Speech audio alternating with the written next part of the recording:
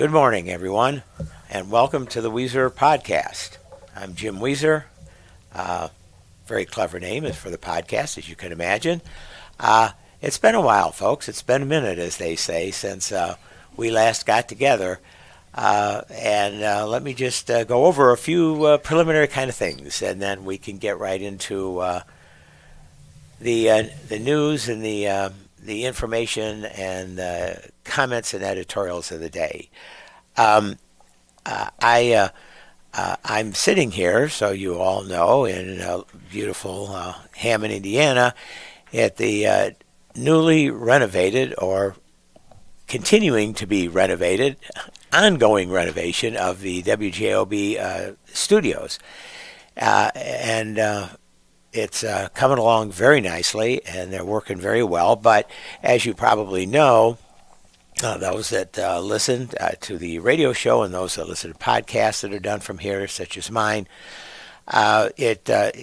we've been unable to broadcast like we typically or normally would. So the last time I think I did a podcast was probably maybe like the second week, maybe even into the early third week of December, right before the holiday. So that's would explain, and that does explain why it's taken a little longer to get back on and talking to all of you. And I'm glad that I'm able to do it, and I'm glad that I'm here doing it. So let's think back just a minute. The last time we were talking, the topic of conversation, locally, statewide here in the state of Indiana, and nationally, was the forcing, that's the word I'll use, of redistricting in the country in order to elect more Republicans so that they could retain or stay in office. Their great concern, and they ought to be concerned about it, are the midterm elections. And the one way they felt was the quickest, the easiest way to try to guarantee themselves either a majority in Congress or to come close would be to rig the election. So they're going to rig the election by forcing mid-year redistrictings when they weren't called for, they weren't necessary, and they weren't appropriate. I'm not going to say they were illegal, but they certainly weren't appropriate.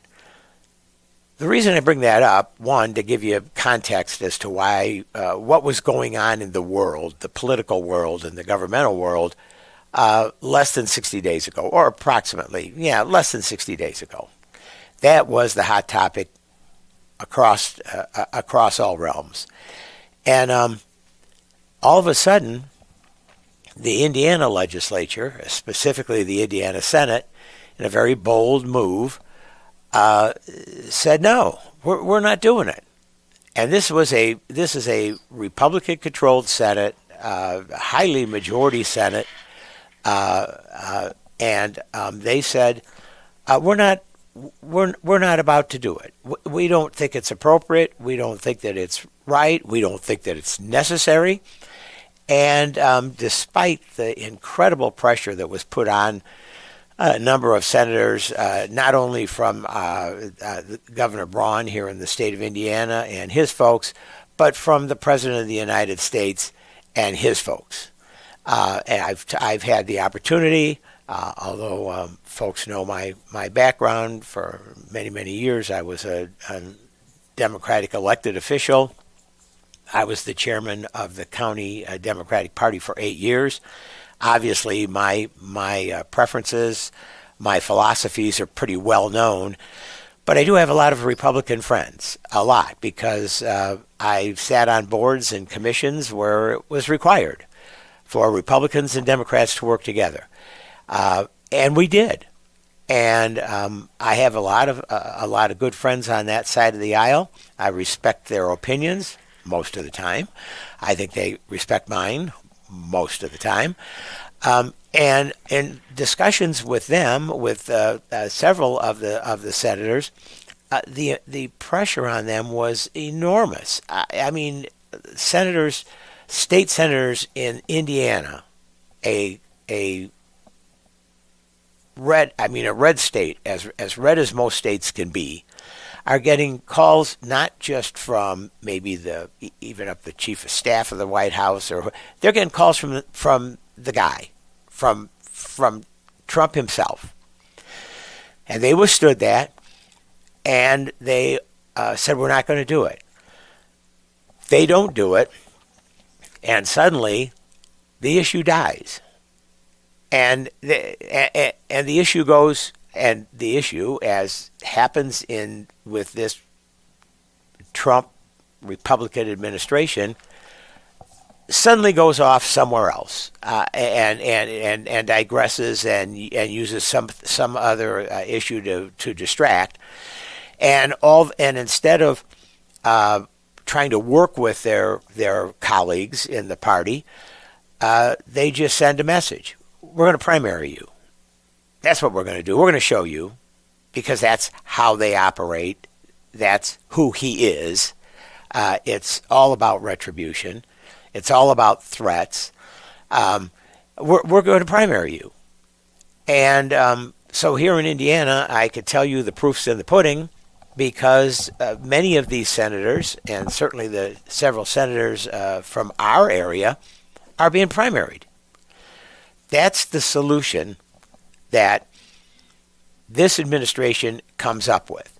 There's never policy disagreements.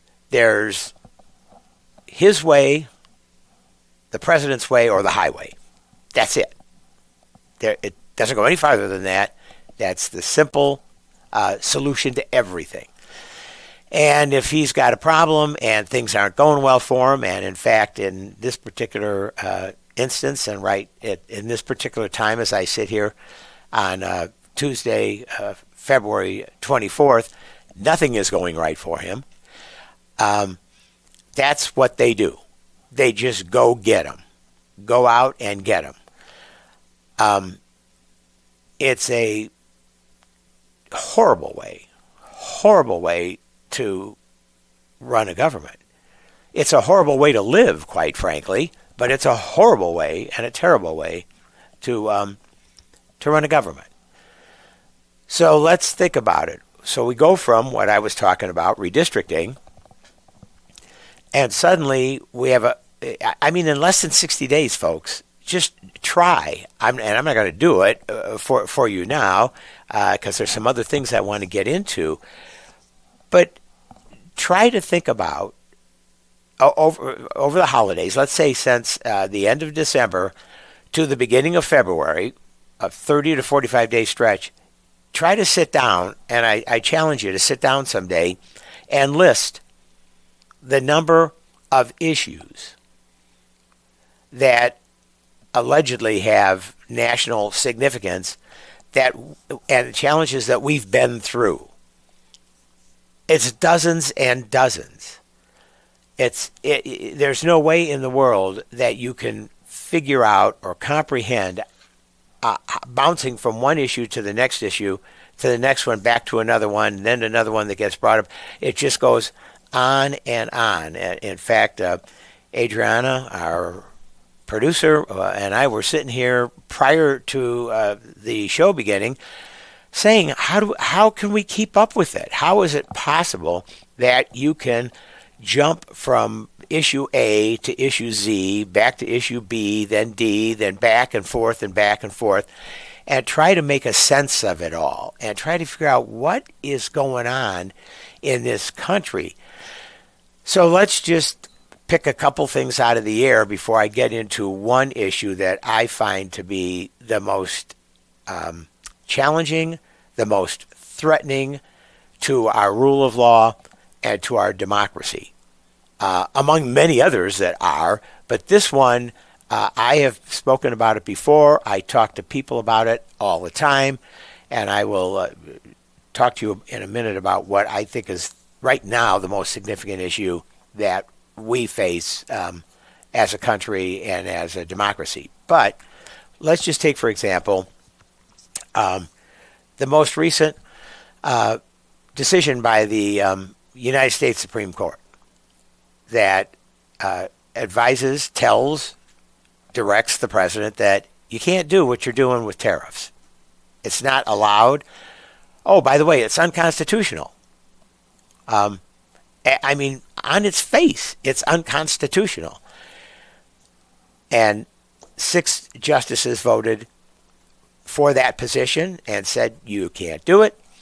3 did not. A couple of interesting issues, a couple of interesting aspects of that. One, 2 of the majority justices were appointees of the president. And so think about that. First of all, I'm a lawyer.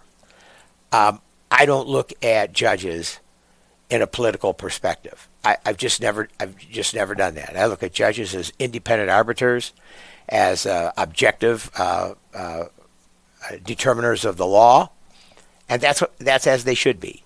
And for many, many years, that's how it has been. But we have a president who thinks if he appoints a justice, then anything and everything he wants, he gets. And unfortunately, until this decision, it was sort of looking that way.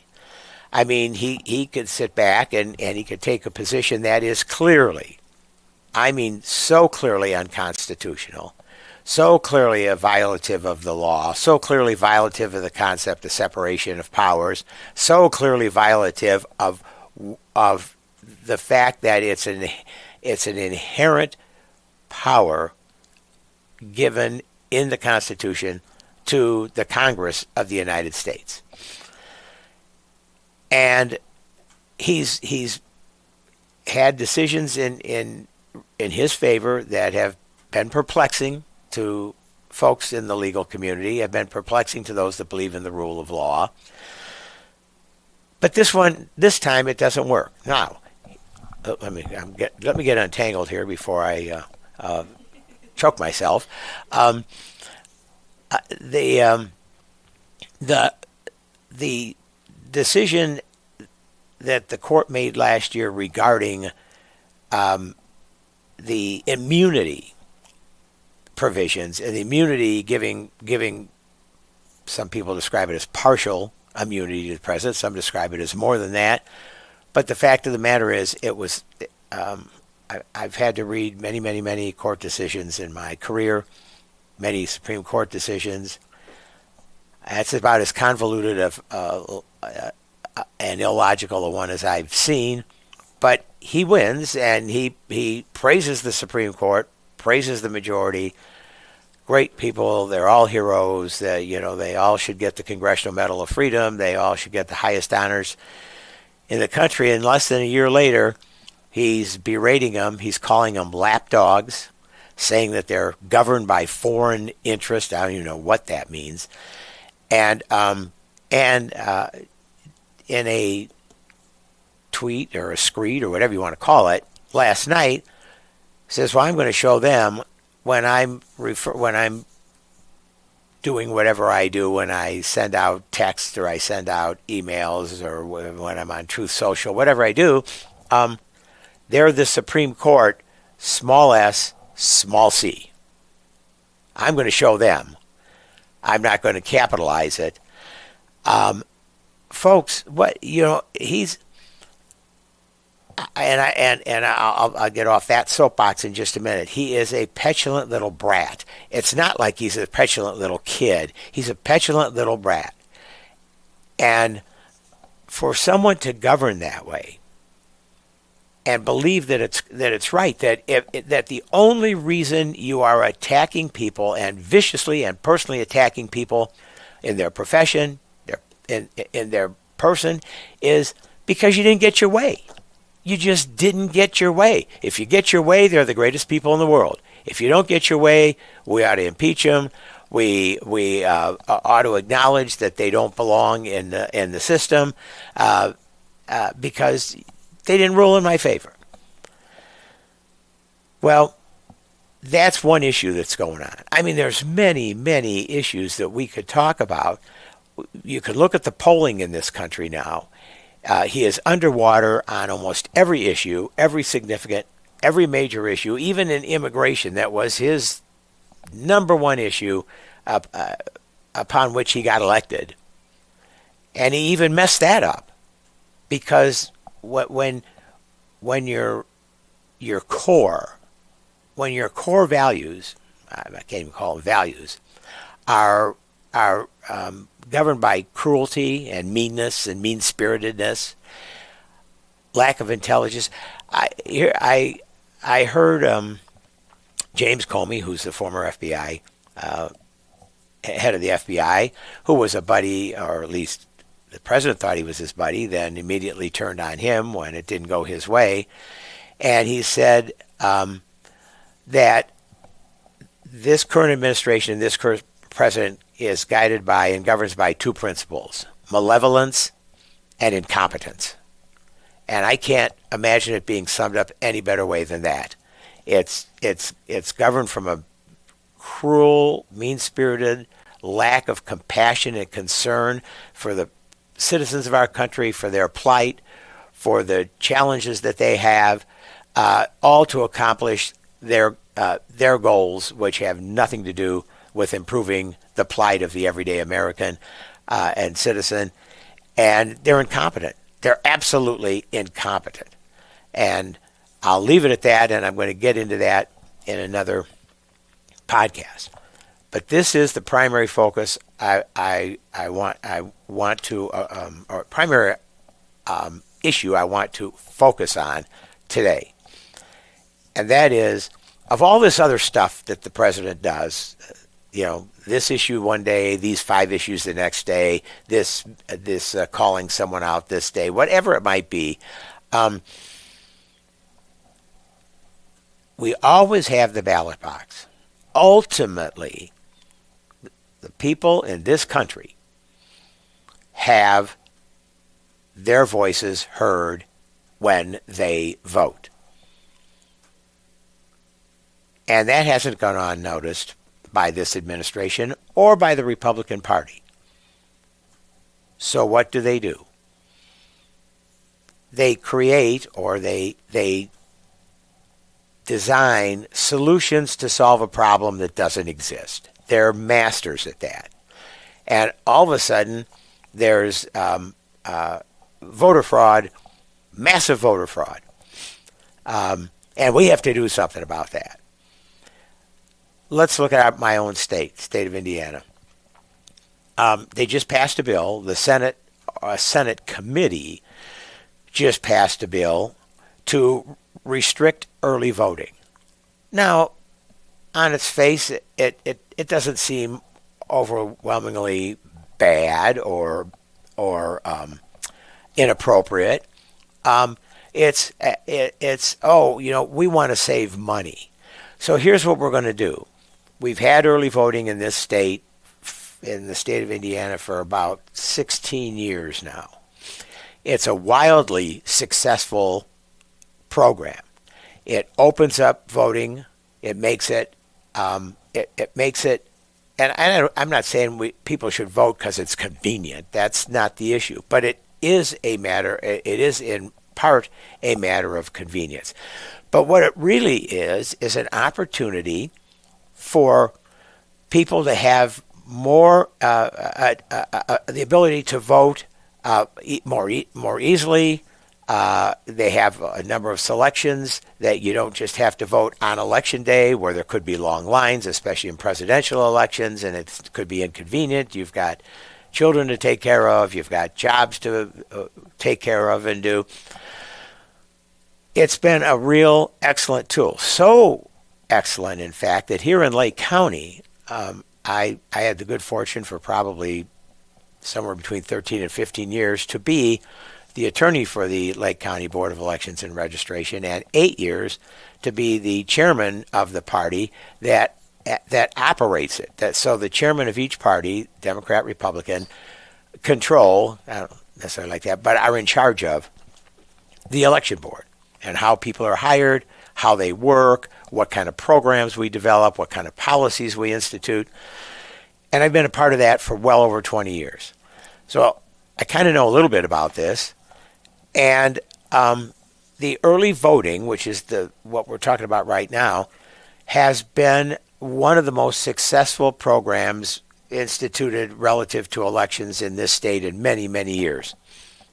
And so if you're going to have a successful program and it's going to allow people to vote, but on the other hand, we've got massive voter fraud, which we don't, by the way, which I think there's been one voter fraud case ever prosecuted through the court system. When I say prosecuted, I mean in a civil manner, not in a criminal manner, in the court systems in Indiana and forever.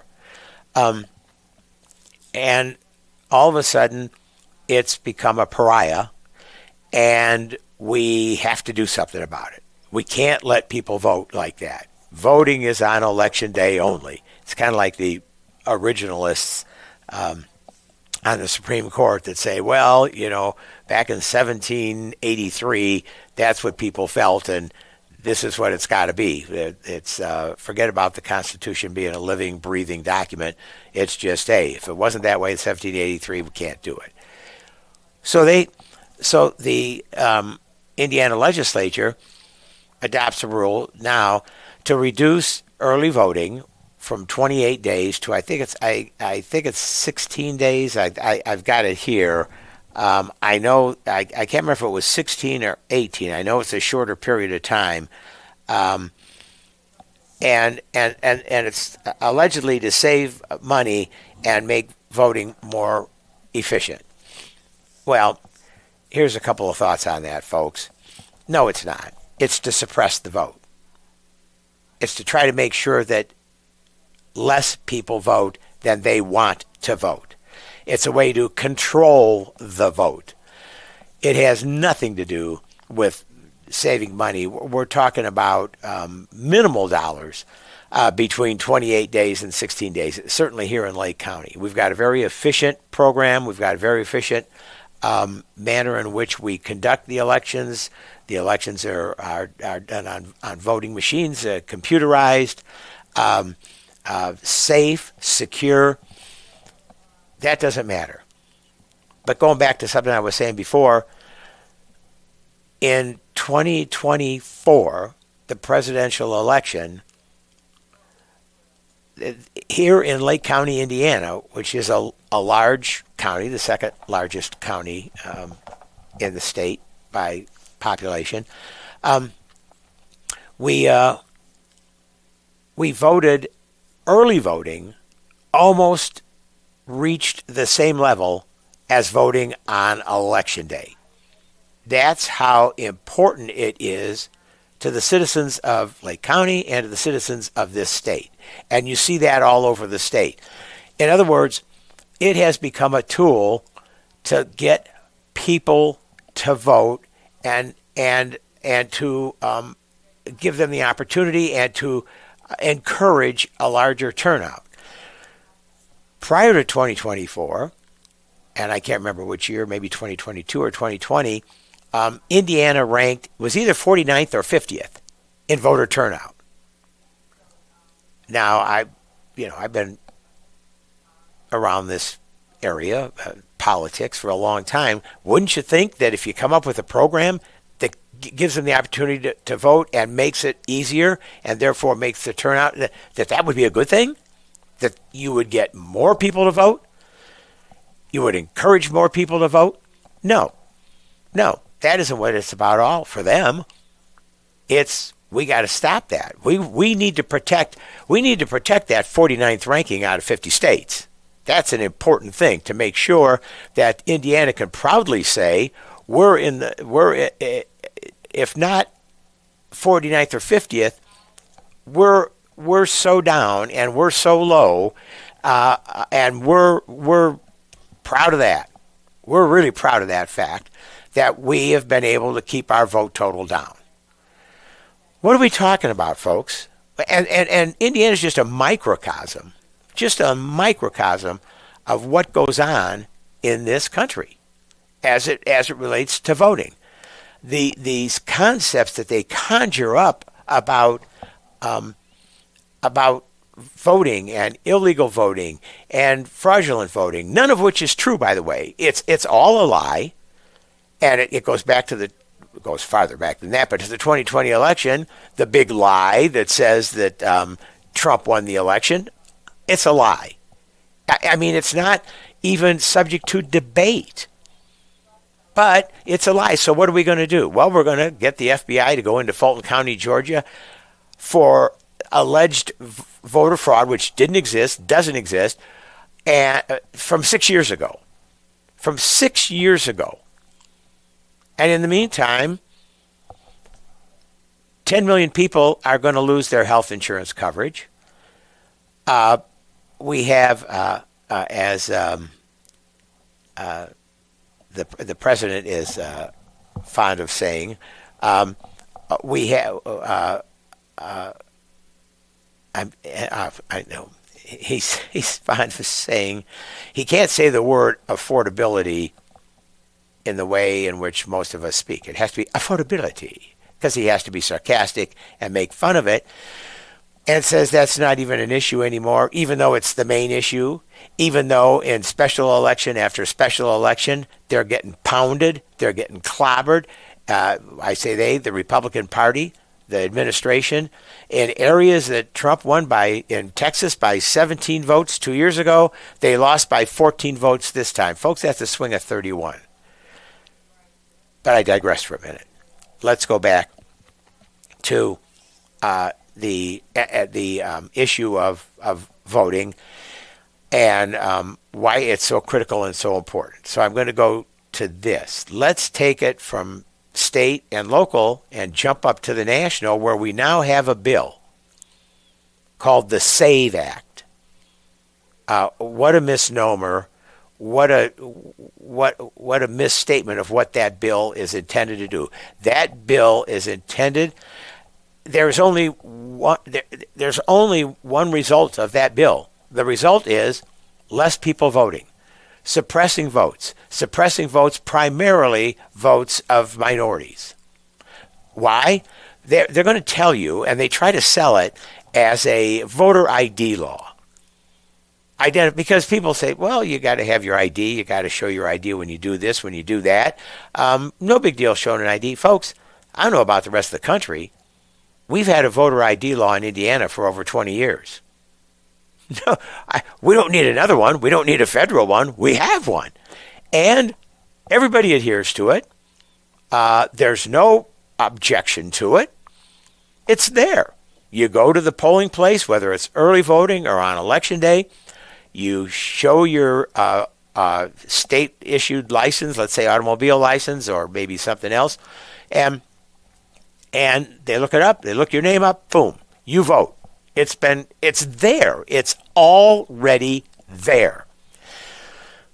But no, they're saying, no, we need a voter ID law. So here's what they want to do. I mean, this is just astounding to me. You have to have a new form of identification. I mean, the form of identification to determine if you're a valid American citizen entitled to vote, or a person who's entitled to vote in this country under the laws of this country. And so what they do is, this bill is designed to have everybody in this country, all you out there, me, Adriana over there, all of us, to re-register. To have to re-register. I don't know. I hate to admit how long I've been a registered voter, but I'm now being compelled to re-register after I've been a person who's been a valid voter for, unfortunately, well over 55 years. Well, I hear you talking about the voting. We were talking about this earlier on the air this morning about the new laws that they're trying to implement. And one of the ones that I was most worried about is, yes, all of these identifications, the re-registering of having to re-register to show that you are somebody who can vote. Yeah. I saw you got single for a second. But the other thing is, there's two of my concerns. One of the concerns is for individuals to be able to obtain all of these documents. Mm-hmm. even though, yes, some of these individuals may be homeless or they may not have access to their records, they still can vote if they show their social security, if they have their social security, anything like that, or if they were pre-registered to vote, they are able to. But my other main concern is that for those who have changed their names, now if a woman gets married, she changes her name most of the time. So her maiden name is on her birth certificate, but it's not on her ID, and it's not going to be on any other documents past that point. So if she goes into a vote, they could tell her, your name doesn't match your birth certificate to your ID. You can't vote. That could be an issue. Now, yes, you can get all of those things changed, but at the point in time, that's limiting individuals who can vote. And that just like kind of worries me, because I'm like, okay. And then also for those who have changed their names entirely, it doesn't match their birth certificate, but every other document does. So it's worrisome on my end. Well, it's a great point. It's worrisome on everybody's end, but particularly for women, and younger women, especially that are planning on getting married or recently got married, and all of a sudden, you, according to the federal government, according to the Trump administration, you aren't who you say you are. Prove it. Prove it to me before you can vote that you are who you say that you are, because we're determining you aren't who you say you are. You've got to get, as Adriana was saying, you've got to get these additional documents. First of all, there's an inherent cost in that. If you don't have the requisite document and you have to go and get a passport, for example, that costs money, and that takes time. Any kind of document that you need to verify that you are who you are it's beyond ludicrous. It's absolutely beyond ludicrous. And the reason it's beyond ludicrous is because there's no need for it. What are we solving? What is this designed to do? Designed to prevent or ensure there's no voter fraud, when study after study after study ad nauseum has said there's no widespread, inherent, major, significant fraud in elections, in the conduct of elections in the various states. And that's a whole other issue about the feds coming in and trying to interfere with state elections. We'll get to that some other time. There's just not enough hours in the day to respond to all this. But that's what government is supposed to do, is to solve problems that exist. What the Republicans do is create solutions to problems that don't exist. And that's a classic. This is a classic example. But folks, think about this. Just think about the impact of this. Approximately 69 million women in this country. Millions and millions of whom, as Adriana said, are married and have chosen to change their name. And suddenly, they're going to be asked to produce additional documentation to support who they are and who they've been for all these times that they've been voted. Folks, this is the Handmaid's Tale. This is beyond reasonableness. This is beyond rationality.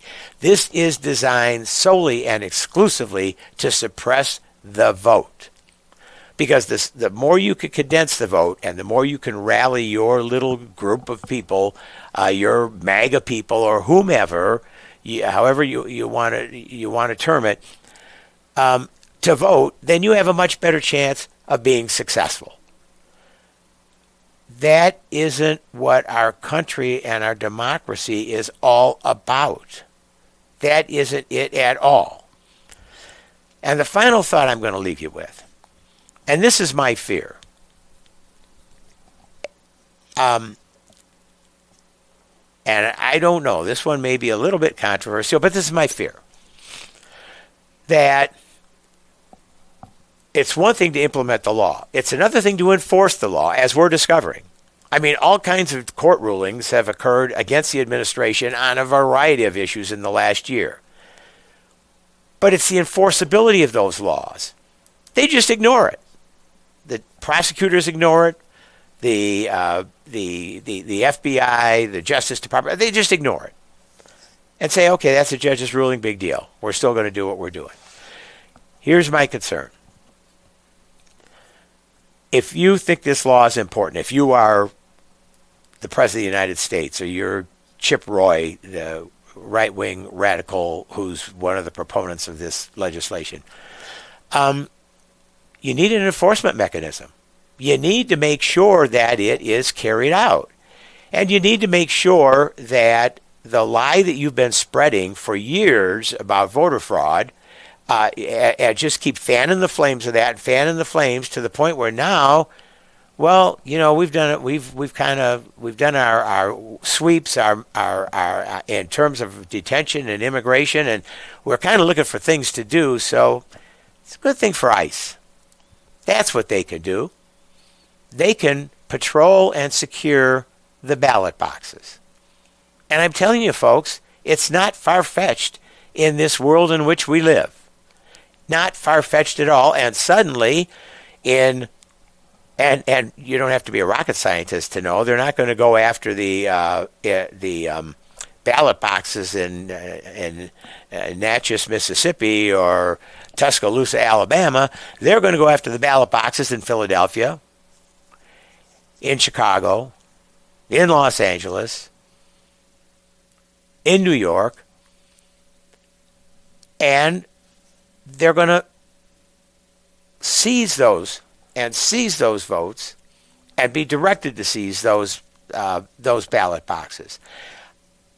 I'm hoping to God that that's not true. I'm hoping that I just had a bad dream and woke up this morning and said, I got to have something to talk about when I come to the podcast, so that's maybe what I'll talk about. No, that's a fact. That's a fact.